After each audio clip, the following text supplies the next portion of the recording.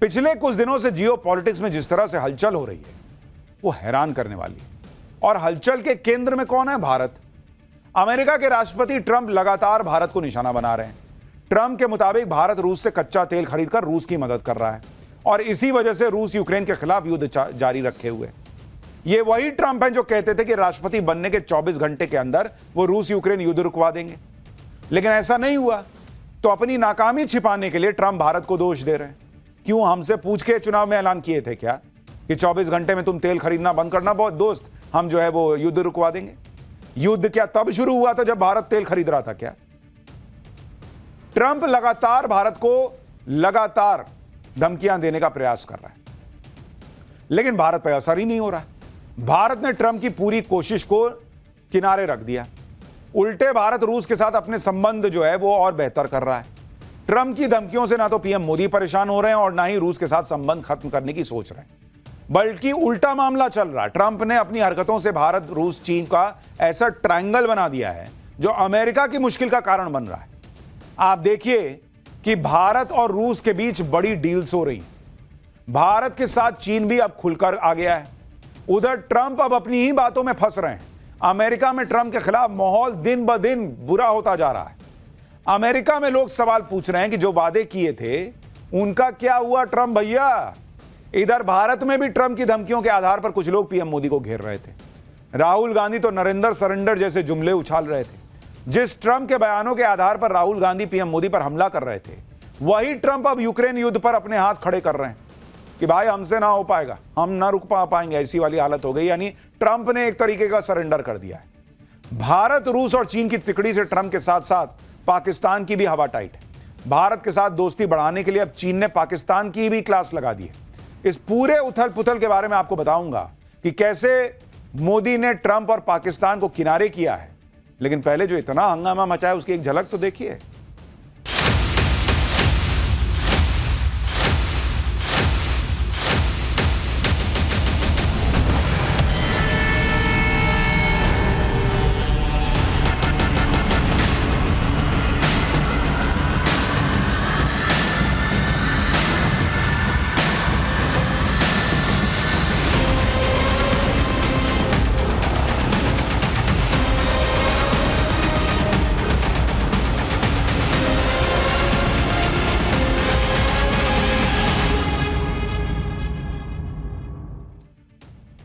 Donald Trump की सबसे बड़ी फजीहत तो रूस यूक्रेन युद्ध को लेकर हुई है।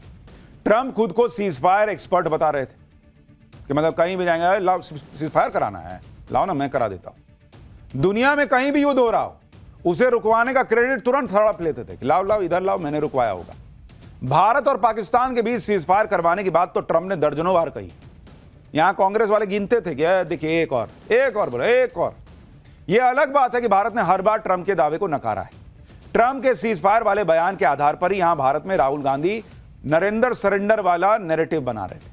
कहने लगे कि पीएम मोदी ने ट्रंप के सामने सरेंडर कर दिया, लेकिन असली सरेंडर तो अब लग रहा है कि ट्रंप कर रहे हैं।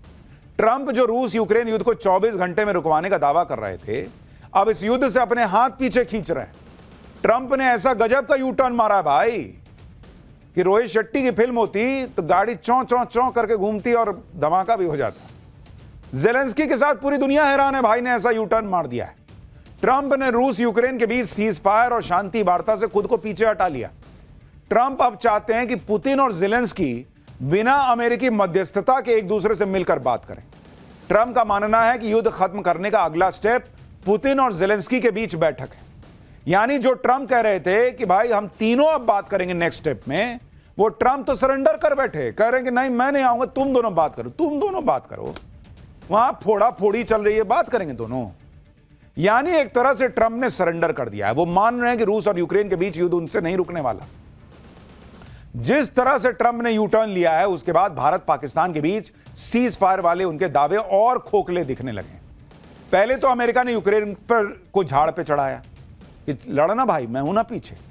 अब कह रहा है कि भाई आपस में देख लो क्या करना, मैं नहीं करवा पा रहा हूं, मुझे देखो क्या लग, तुम लोग आपस में पहले बात करो। अरे वो दोनों आपस में बैठने लायक स्थिति में हैं, बैठ सकते तो बैठ नहीं जाते इतने दिन में।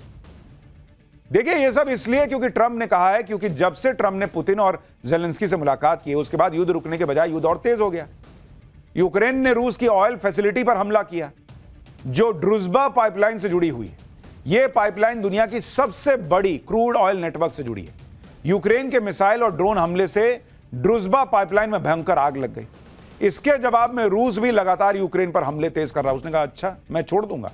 यूक्रेन के मुकाचेवो में रूस ने भीषण हमला कर दिया।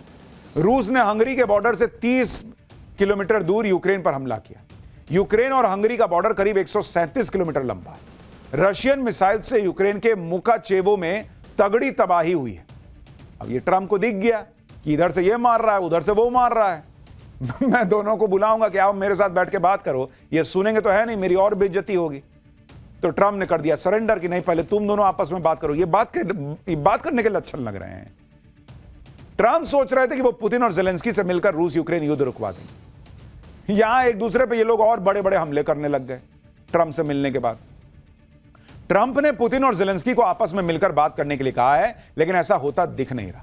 पुतिन के साथ बैठक पर जेलेंस्की ने कहा है कि पुतिन के साथ बैठक की उम्मीदें लगातार कम होती जा रही हैं। रूस वो सब कर रहा है जिससे ये मुलाकात ना हो सके। अगर रूस शांति के लिए तैयार नहीं है तो हमारे सहयोगियों को रूस पर और अधिक प्रतिबंध लगाने चाहिए। वहीं रूस के विदेश मंत्री ने कहा है कि जेलेंस्की से मिलने के लिए राष्ट्रपति पुतिन तैयार हैं, लेकिन बैठक का एजेंडा तैयार नहीं है। जैसे ही बैठक का एजेंडा तैयार हो जाता है, राष्ट्रपति पुतिन जेलेंस्की से मिलने के लिए तैयार है। रूस के विदेश मंत्री ने कहा कि फिलहाल पुतिन और जेलेंस्की के बीच मुलाकात की कोई योजना ही नहीं है। ट्रंप ने इतने बड़े बड़े दावे फेंक दिए बॉस कि वो खुद फंस गए। युद्ध रुकवा नहीं पा रहे। पुतिन और जेलेंस्की खुद बात करने को कह रहे हैं कि तुम लोग आपस में बात कर लो, लेकिन पुतिन और जेलेंस्की की बैठक होने की भी उम्मीदें अब ना के बराबर दिख रही हैं। ट्रंप की सारी प्लानिंग फेल हो रही है। ट्रंप से पुतिन ने कहा था कि रूस युद्ध रोक देगा अगर डोनबास के इलाके का कंट्रोल रूस को मिल जाए। ट्रंप चाह रहे थे कि डोनबास का इलाका पुतिन को देकर युद्ध रुकवा लेंगे और इस इलाके से जेलेंस्की पीछे हट जाएंगे। लेकिन जेलेंस्की और यूरोप इसके लिए तैयार नहीं है, क्योंकि यह जेलेंस्की के लिए रूस के सामने सरेंडर करने जैसा होगा।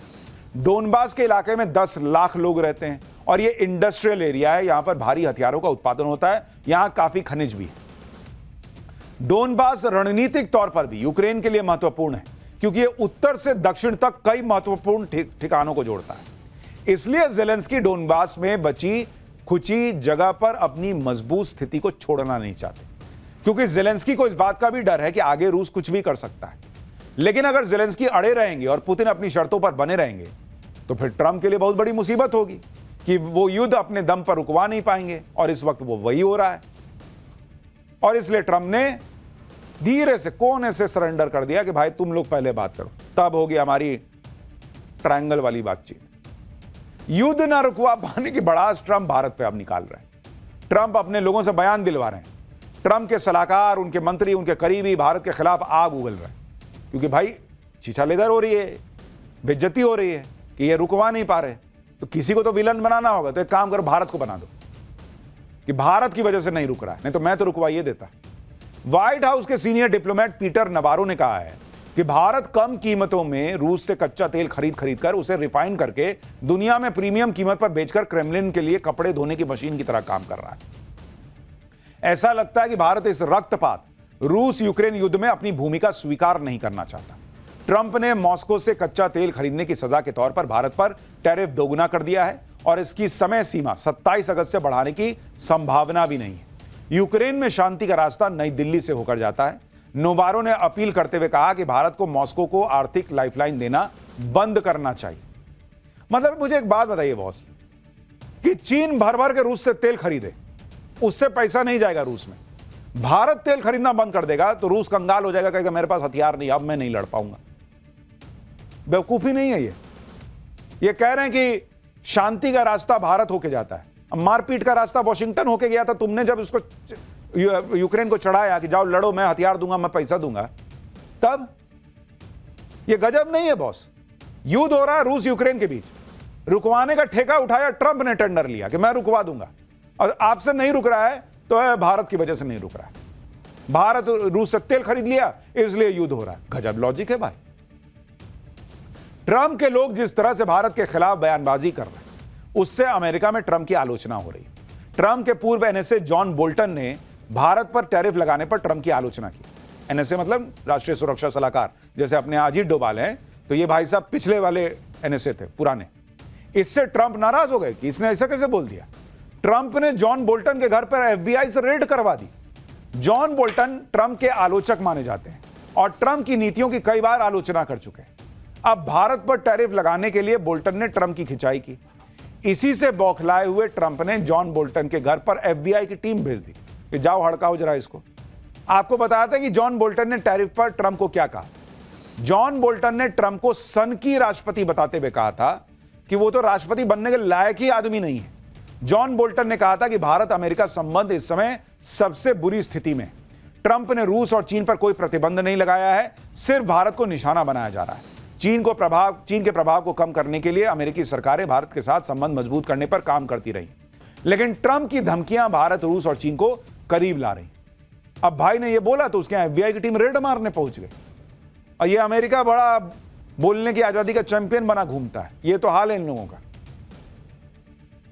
और मुझे एक चीज आपको यह भी बताऊं, देखिए ट्रंप आज नहीं तो कल पीछे तो इनको जाना पड़ेगा। इनको भी पता है कि अमेरिका में हालात बहुत बुरे हो जाएंगे अगर भारत से इस तरह से भिड़ेंगे, और चीन, भारत और रशिया साथ आ गए तो और इनकी हालत खराब होगी। तो ये रास्ता ढूंढ रहे हैं कि किधर से मैं निकलूं कट के, किसी दिन यू टर्न मार देंगे। लेकिन ट्रंप ने जो किया है ना, उसने भारत और अमेरिका के रिश्तों में गांठ पैदा कर दी।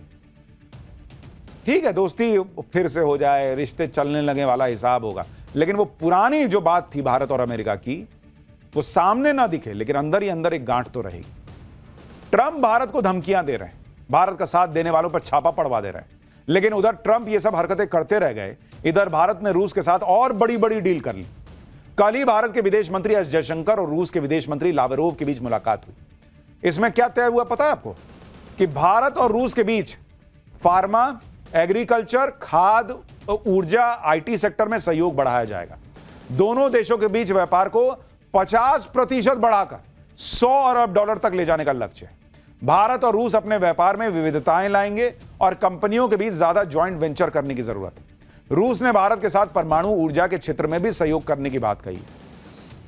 यानी भारत का स्टैंड क्लियर है कि रूस हमसे पूछ के लड़ने नहीं गया था, यूक्रेन हमसे पूछ के लड़ने नहीं गया था। रूस से हमारी पुरानी दोस्ती है। यूरोप का मन करेगा तो वो रूस से जो है वो गैस ले सकता है, भारत नहीं खरीदेगा तो रूस यूक्रेन युद्ध रुक जाएगा। उल्टा यहां भारत और करेगा और व्यापार करेंगे। बताओ क्या करोगे? जब से ट्रंप ने भारत पर 50% टैरिफ लगाया, जिसके बाद रूस और चीन ने खुलकर भारत का साथ दिया, ट्रंप भारत पर प्रेशर बनाने की और कोशिश कर रहा है, भारत की इकोनॉमी और बिजनेस को प्रभावित करने की कोशिश कर रहा है। लेकिन ट्रंप को ही उल्टे झटके लग रहे हैं, क्योंकि पीएम मोदी ने अलग ही खेल कर दिया है। आप देखिए कि चीन कह रहा है कि भारत के लिए चीन के बाजार खुले, रूस कह रहा है कि भारत के लिए रूस के बाजार खुले। भारत और चीन फिलहाल दुनिया के 2 सबसे बड़े बाजार हैं और रूस दुनिया की बड़ी ताकत है। ये तीनों देश अगर सेम पेज पर आ गए तो ये तिकड़ी दुनिया की बड़ी ताकत बन सकती है। आप ये भी देखिए कि ट्रंप ने भारत पर प्रेशर बनाने के लिए पाकिस्तान को पुचकारना शुरू किया। असीम मुनीर को व्हाइट हाउस बुलाया, पाकिस्तान को ऐसा ट्रीटमेंट दिया जो खुद पाकिस्तान ने नहीं सोचा होगा। लेकिन पाकिस्तान और अमेरिका की नजदीकियों से चीन परेशान हुआ, क्योंकि पाकिस्तान अगर चल रहा है तो चीन के दम पे चल रहा है। आज ही चीन के विदेश मंत्री ने पाकिस्तान में सेना प्रमुख असीम मुनीर से मुलाकात की। सबके सामने तो चीन ने पाकिस्तान के साथ संबंध मजबूत करने की बात कही, लेकिन कहा जा रहा है कि बंद कमरे में चीनी विदेश मंत्री ने असीम मुनीर की क्लास लगाई। चीन के विदेश मंत्री ने अमेरिका के साथ नजदीकियों पर असीम मुनीर को आईना दिखाया कि पाकिस्तान तो चीन के भरोसे चल रहा है, भीख तुमको हम दे रहे हैं, 2.5 लाख करोड़ का कर्जा दिया है, सीपेक में 5 लाख करोड़ खर्चा कर रहे हैं। पाकिस्तान में सबसे ज्यादा चीन का इन्वेस्टमेंट है, पाकिस्तान को हथियार चीन दे रहा है। तो चीन ने पूछा या तो उधर सटो या इधर सटो। तो अगर चीन के विदेश मंत्री पाकिस्तान गए हैं तो यह भारत के लिए अच्छी ही बात है कि थोड़ा उसको टाइट करो, ज्यादा उधर सटने का प्रयास कर रहा है अमेरिका में। ट्रंप ने थोड़ा पुचकार क्या दिया, असीम मुनीर तो चीन को भूल गया था एक तरीके से। आज चीन के विदेश मंत्री मुनीर को कायदे से समझाए कि बहुत उछलने की जरूरत नहीं है, और अगर अमेरिका के दम पर ज्यादा उछल रहे हो तो चीन भी भारत के साथ अपने संबंध सुधार रहा है। यानी पाकिस्तान अपने डबल गेम में फंसा हुआ है। लेकिन यह सब जो हो रहा है वो भारत के लिए जो जियोपॉलिटिक्स में, उसमें भारत, चीन और रशिया को लेकर जो परिस्थितियां हैं वो बेहतर बनाता हुआ दिख रहा है।